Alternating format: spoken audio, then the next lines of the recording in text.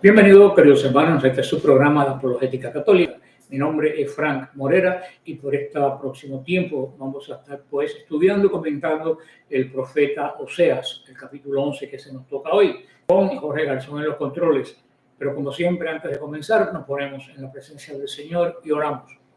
Amado Señor, danos el santificador que venga cada uno de nosotros y nos habite y nos abra la mente y el espíritu para entender tu santa palabra y así poder construir el reino de Dios. Todo esto lo pedimos en nombre de Jesús el Señor. Amén. María, Madre de la Iglesia, ruega por nosotros. Pues continuando con este gran profeta menor, que parece una contradicción, pero sí lo es, grande entre los profetas menores.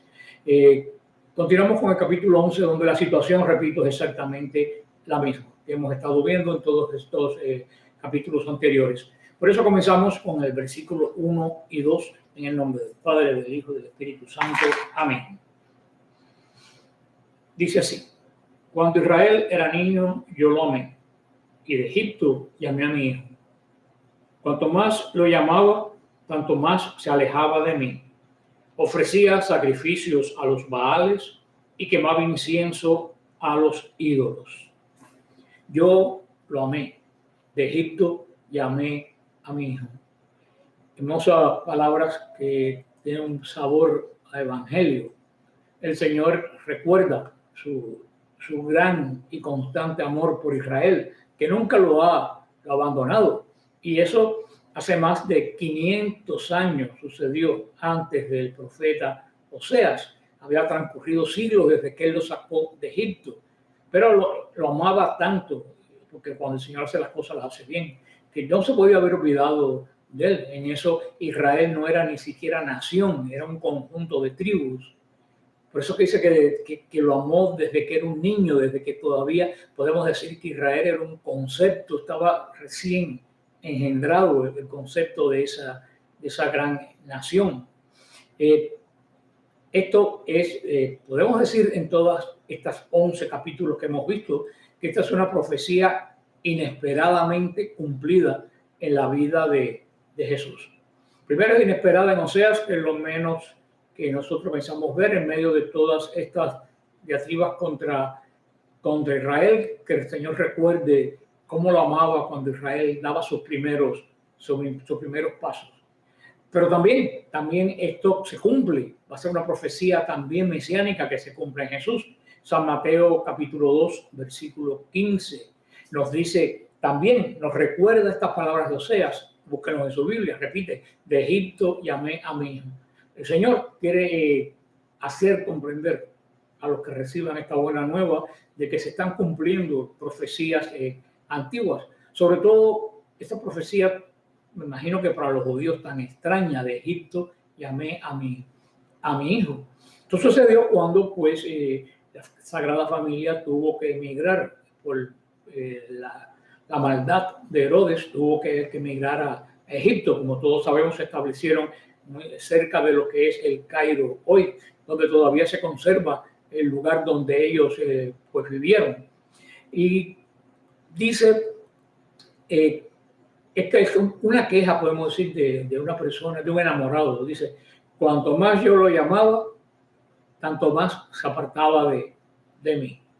Eso es cuando hay una queja de alguien que está enamorado y lo que hace su llamado a esa persona amada es hacer que la persona no reconozca ese amor y cada vez se aleje más. Hastiado, cansado o no correspondiendo. Pero eso es lo que quiere decir el profeta con Israel. El Señor ha pasado todo este tiempo en el desierto, cuidó a Israel como si fuera un bebé que da los primeros pasos, alimentándolo, poniéndole la comida en la boca. Ya de adolescente, ya entrando a la tierra prometida en la época de Josué, le cumplió todos sus caprichos, querían rey, le dieron rey. Ya adulto, Israel se olvidó del primer amor, de aquel que los redimió. Y esto es lo que el Señor, pues, podemos decir en esta forma antropológica, antropomorfa de hablar, se recuerda de estos tiempos. Dios llamó a Israel fuera de Egipto.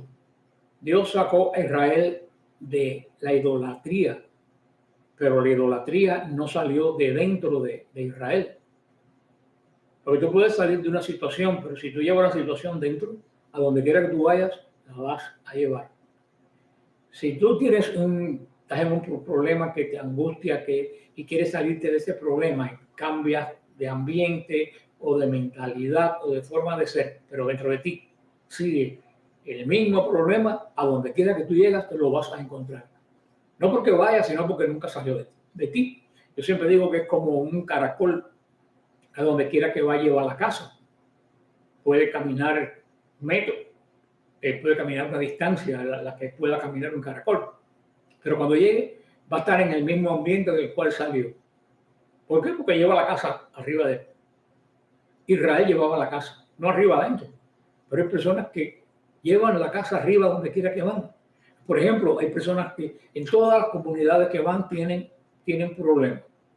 Entonces, si tú has ido a 4 o 5 grupos diferentes, a 4 o 5 comunidades, si tú tienes problemas en todo, mi querido hermano o hermana, el problema no es de la comunidad, el problema es tuyo.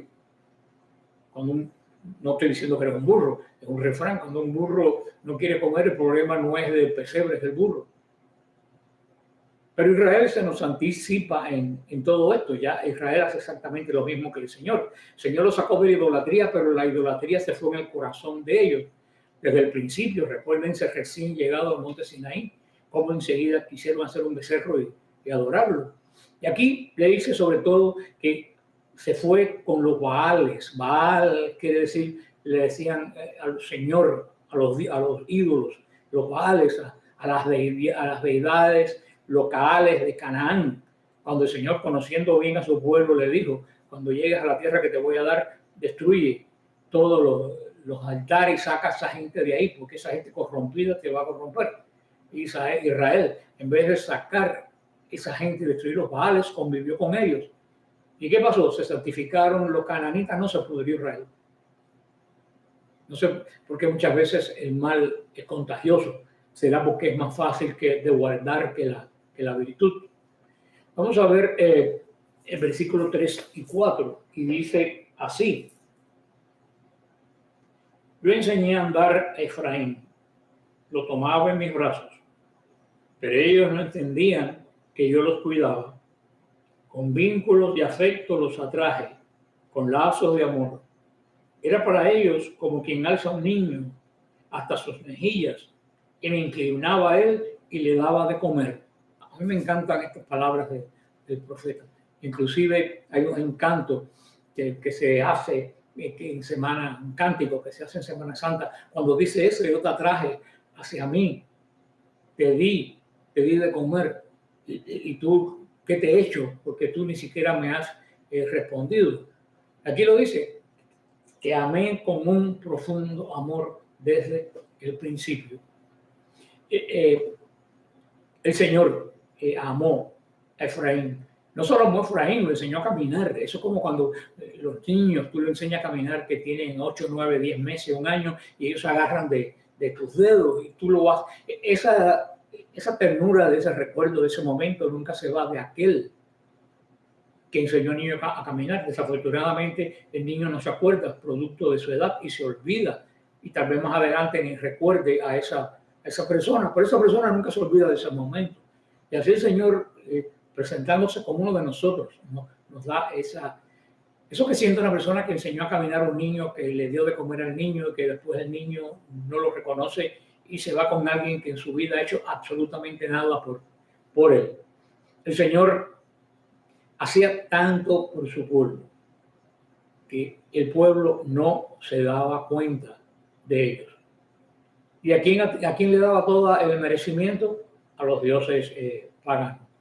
A menudo le atribuimos la bendición que nos viene de Dios a otra fuente, queridos hermanos. ¿Cuántas veces yo digo decir: ¡ay, qué buena suerte tengo! No, pero no tienes buena suerte. Tú eres amado por Dios.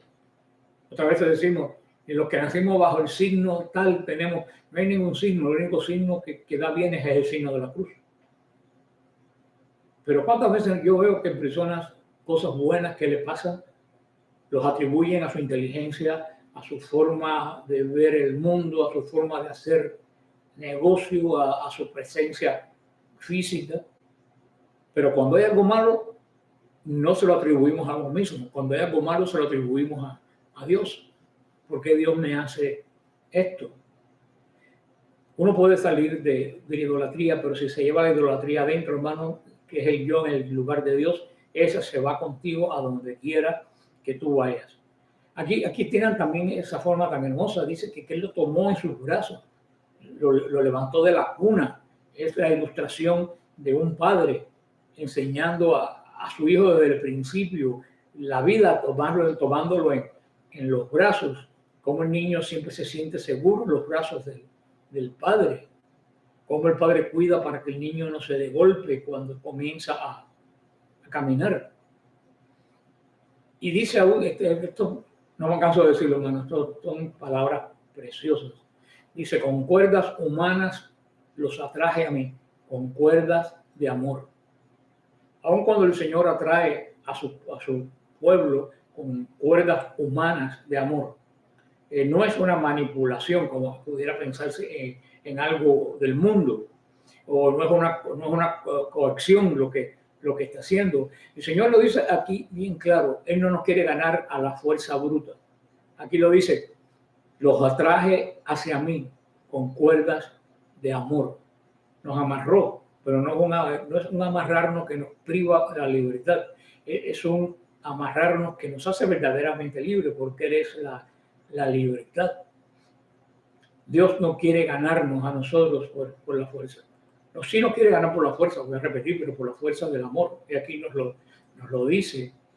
Esto es una referencia tremenda a esas cosas que ponen en los hospitales cuando la persona tiene un accidente y empieza a caminar. Esos andadores, va caminando y al lado siempre lleva una enfermera por si se cae. Así como el Señor dice que Él nos quiere y nos está llevando a nosotros. Él usa cualquier medio habido y por haber por enseñarnos a caminar correctamente y seguramente. En el antiguo imperios como el persa y el griego se pelearon guerras muy amargas, guerras muy violentas. Sobre todo el ejército persa. Los soldados del ejército persa eran como esclavos y estos soldados eran llevados a la batalla a nivel de azotes y de amenazas. No se reclutaban como ahora porque querían, eran campesinos, eran personas que arrancaban de sus tierras, de sus casas y tenían que azotarlo para que pelearan. En el ejército griego, los soldados eran hombres libres y eran hombres patriotas. Ellos pelearon por Esparta y por Silén, todas estas cosas, pelearon por Grecia. La diferencia del ejército persa es que los griegos peleaban por amor al país. Los griegos peleaban por un sentido del deber. ¿Y quién ganó? El gran ejército persa, gigantesco, 10 veces más grande que el griego, a latigazos, o el pequeño ejército griego por amor, por deber patrio. Ganó el ejército griego. Dios nos llama como llamó a los griegos. Dios nos quiere llamar como personas que vayamos a Él no por latigazos, sino porque verdaderamente lo amamos tal como Él nos ama a nosotros. Si nos ama con un corazón de padre, pues Él nos espera que vayamos con un corazón de hijo. Eso es lo que esperaba de Israel. Tenemos que entender entonces realmente que ningún hombre viene a Dios a menos que este hombre sea acercado, que sea el Señor quien lo llama, como el Señor llamó a Israel. Así nos llama a nosotros. Pero también es definitivamente que a nadie que el Señor llamó lo obligó, ni con Israel, ni con nosotros. Todas las tácticas de a través de Dios son tácticas de amor, son tácticas que nos quieren llevar por el camino que sabe que es el que vamos a triunfar. La mente humana es quien se opone a todo eso. Muchas veces preferimos los latigazos al amor. Desafortunadamente, así somos. Aquí dice que también hace como el que hace el yugo sobre su servicio. Eso se refiere cuando se relaja, cuando se afloja el yugo que lleva un animal para trabajar en el arado. ¿Para qué se desafa? ¿Para qué se desafa? Para darle un descanso, para darle la libertad de poder respirar mejor. También se humilla el Señor y dice que Él le puso delante la comida. Se humilla de tal forma que Él no hizo que sus hijos procuraran su propia comida. Él se la puso delante. Le puso el maná, les puso las codornices a un pueblo que estaba totalmente necesitado. Eso pudiera parecer como que Dios se rebaja un poco su dignidad dando de comer a una gente ingrata. Pero eso fue el amor de Dios. Y esto es lo que hace Jesús cuando nos da la Eucaristía, el alimento, cuando multiplica los panes, que es prefigura de la Eucaristía.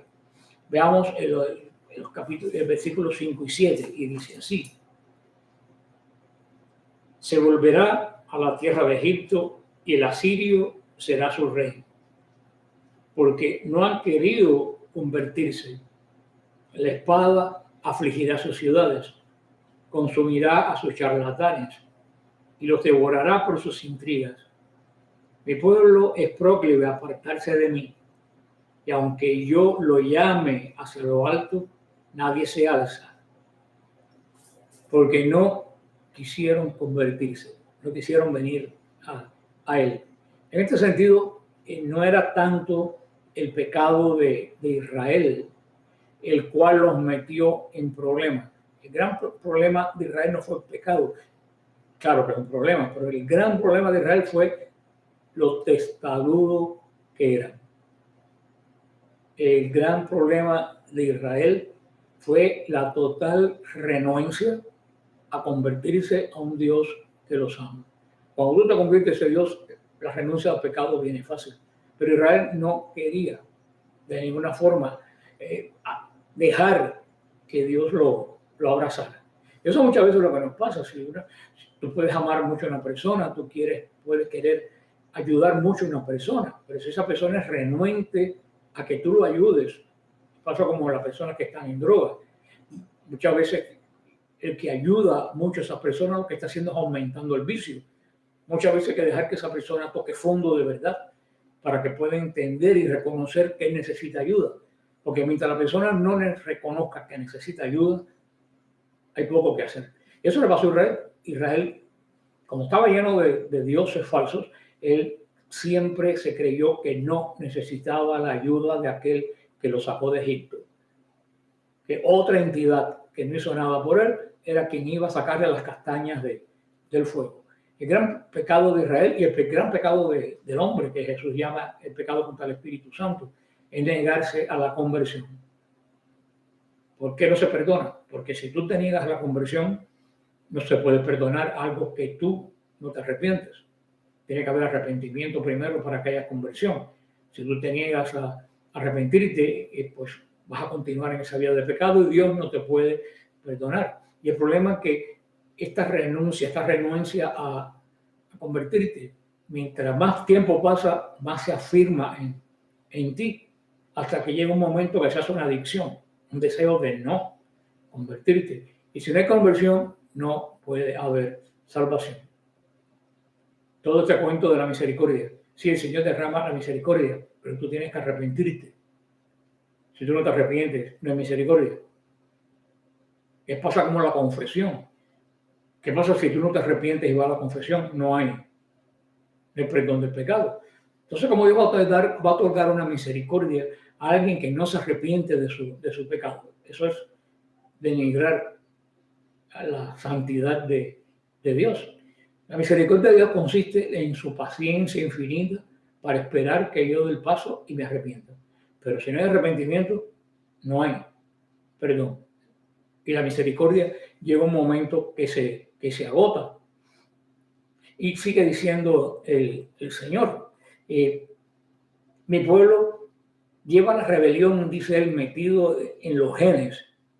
Aunque me llama Altísimo, ninguno me quiere reconocer. El germen del corazón del pueblo judío era la rebelión. Significa que en un tiempo Israel tuvo un andar más cercano y más real con Dios en el desierto y no lo aprovechó. no lo entendió, no se benefició. Ahora esto está en el pasado. Eso pasó hace 500 años. El amor de Dios sigue el mismo, pero el corazón de Israel cada día se endurece más por estar atado a los ídolos. Lo llamaban Elohim, el Altísimo, pero eso era una fórmula totalmente vacía, porque quienes reinaban en su corazón eran los otros. Llamaban Elohim en el culto, pero no el Altísimo, pero con la vida de ellos no exaltaban a Dios. Por eso que el Señor lo dice en el Padre Nuestro: santificado sea tu nombre. Nosotros santificamos, Dios no puede ser más santo de lo que es. Nosotros santificamos el nombre de Dios cuando yo reconozco su santidad y hago que el resto de las personas la conozcan también. Vamos a ver el versículo 8 y 9, y dice así: no dejaré que prenda el ardor de mi cólera, no volveré a destruir Efraín, porque yo soy Dios y no un hombre. Soy el santo en medio de ti, y no voy a llegar con mi ira, dice el Señor. Aquí el Señor vuelve a dar esta exclamación de una madre que tiene un hijo con problemas. Tantas veces lo he oído: ¿cómo lo voy a abandonar? Me hace la vida imposible, no quiere saber nada de mí, pero el corazón de la madre no puede abandonar al hijo. Y ese es el corazón de Dios, y eso es lo que el Señor le dice en este momento. Aunque el juicio, el terrible juicio, las nubes, la tormenta del juicio estaban en el horizonte, el Señor no toma placer en ese castigo que está a punto de caer sobre Israel. Él no se complace en eso, él hizo todo lo posible por evitarlo. Es lo que quisiera, que este pueblo razonara y volviera a él. El Señor no se complace en castigar a los que él crea. Y dice: se inflama toda mi compasión, todo me llena mi corazón, mi compasión crece cuando veo lo que va a caer sobre ellos. Pero Dios es justo y no lo puede evitar mientras Israel siga con este camino y con esta forma en que él se ha habituado a vivir.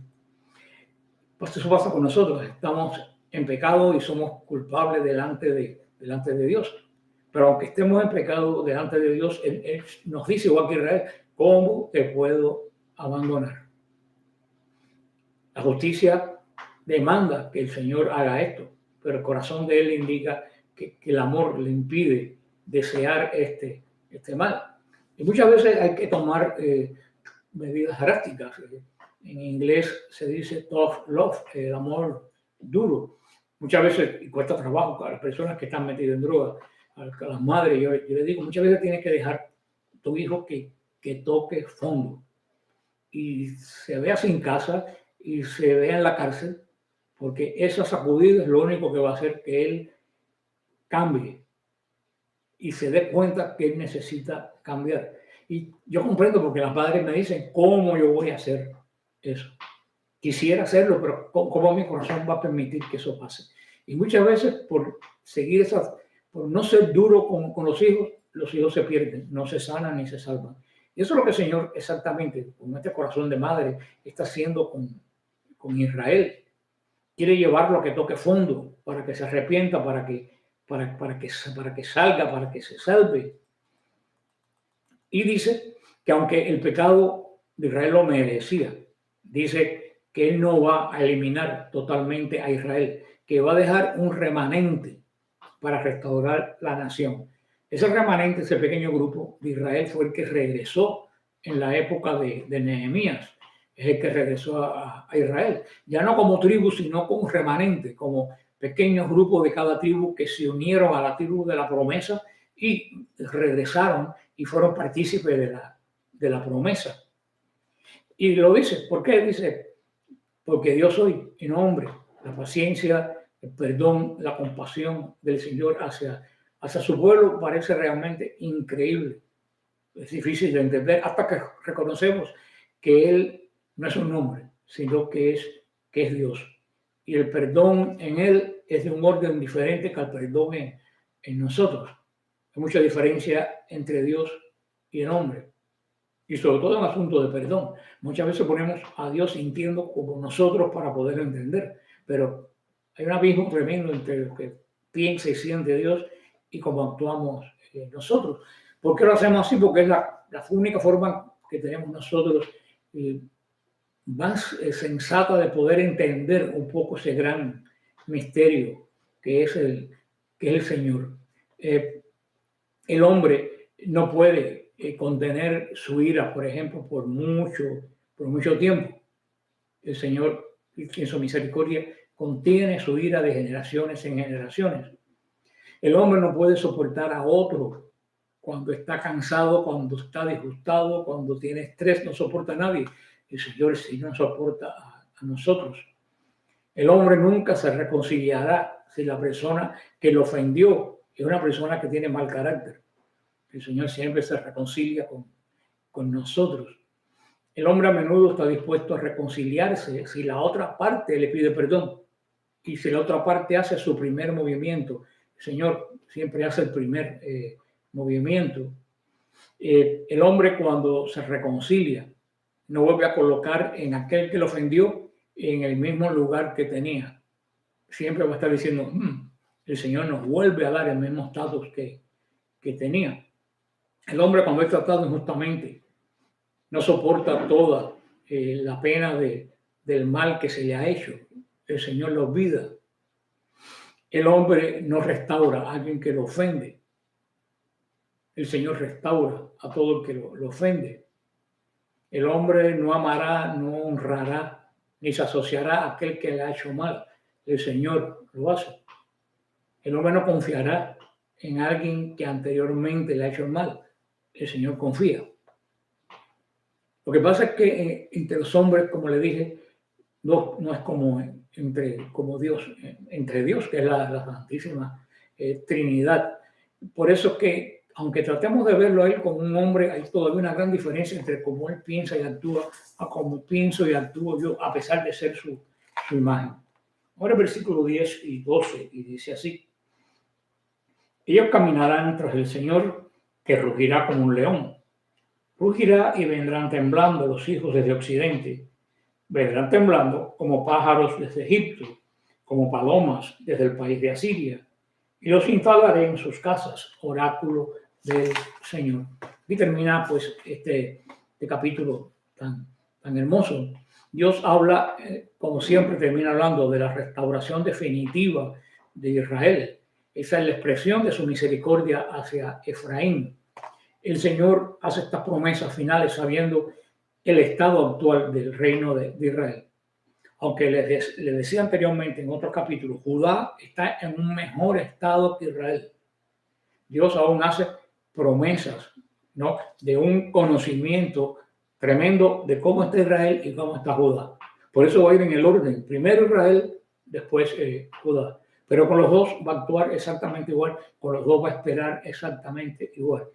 El problema es que Judá se arrepintió, Judá regresó e Israel se olvidó de su Dios y se perdió entre el mundo pagano de Babilonia. Su tendencia al paganismo no lo atrajo al Dios que habían dejado detrás, sino que se quedó con los dioses que había adquirido. Aunque un pequeño remanente de esas tribus regresaron para ser restaurados después el día que el Señor restauró todas las cosas nuevas. Así que con eso terminamos este capítulo. Los capítulos son cortos, pero son bien hermosos y nos hacen reflexionar. Así que sí, como siempre, nos vemos la semana que viene en el capítulo 12, pues si el Señor lo permite. Que Dios los bendiga. Amén.